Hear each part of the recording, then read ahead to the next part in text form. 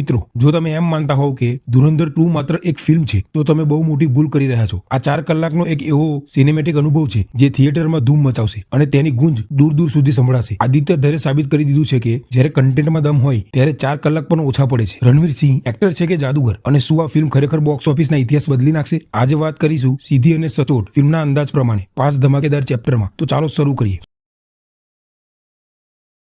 Story ત્યાંથી જ શરૂ થાય છે જ્યાં પાર્ટ 1 પૂરો થયો હતો। જસકિરત સિંહ રાંગી, જે હવે હમઝા બની ચૂક્યો છે, એક વ્યક્તિ કેવી રીતે મિશન માટે પોતાની જાતને જોતરી દે છે। આ માત્ર હીરો વિલનની લડાઈ નથી, પણ પ્રોપર શતરંજની રમત છે। આદિત્ય ધરે સિસ્ટમની ન્યાય પ્રણાલીને જે રીતે દર્શાવી છે તે જોઈને તમારા રૂવાડા ઊભા થઈ જશે। દરેક સીનનો એક ઊંડો અર્થ છે જે તમને ફિલ્મ સાથે જકડી રાખશે।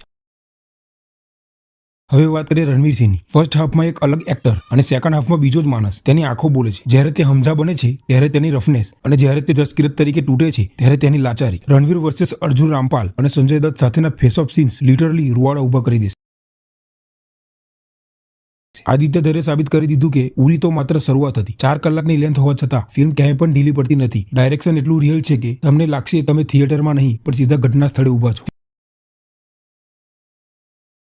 ફિલ્મની જીતનું કારણ તેના સપોર્ટિંગ કેરેક્ટર્સ પણ છે। સંજય દત્તના દરેક ડાયલોગ પ્રચંડ છે, અને રાકેશ બેદી જમાલીના પાત્રમાં તેમને જે સરપ્રાઈઝ આપી છે એ જોઈને તમે ચોંકી જશો। આર માધવનનો પાવરફુલ અવાજ અને અર્જુન રામપાલનો સ્વેગ ફિલ્મને એક અલગ લેવલ પર લઈ જાય છે। 4 કલાકની ફિલ્મમાં મ્યુઝિક તેનું હાર્ટ છે। ગીતો સિચ્યુએશન મુજબ પરફેક્ટ સેટ થાય છે। જૂના વિન્ટેજ ગીતોનો માસ્ટર સ્ટ્રોક જેવો ઉપયોગ, અને છેલ્લે અરિજીત સિંહનું સોંગ તમારા દિલને સ્પર્શી જશે। શું તમારે આ ફિલ્મ જોવી જોઈએ? તો જવાબ છે ચોક્કસ, પણ ધ્યાન રાખજો આ ફિલ્મમાં રો એક્શન છે, અને હા, ક્લાઇમેક્સમાં જે મોટા સાહેબનો ખુલાસો થાય છે અને જે છેલ્લી 15 મિનિટ છે એ જોયા પછી તમે સ્તબ્ધ થઈ જશો। આદિત્ય ધરે ફિલ્મ નહીં પણ એક યાદગાર અનુભવ બનાવ્યો છે। તો દોસ્તો, તમને ધુરંધર 2માં કયો સીન સૌથી વધુ ગમ્યો? શું રણવીર સિંહનો આ અત્યાર સુધીનો બેસ્ટ રોલ છે? નીચે કોમેન્ટમાં જરૂર જણાવજો। વિડીયો ગમ્યો હોય તો લાઇક કરો, અને આવી જ હિન્દી તેમજ ગુજરાતી મૂવીના રિવ્યૂ જાણવા માટે ચેનલને હમણાં જ સબસ્ક્રાઇબ કરો। જય હિન્દ।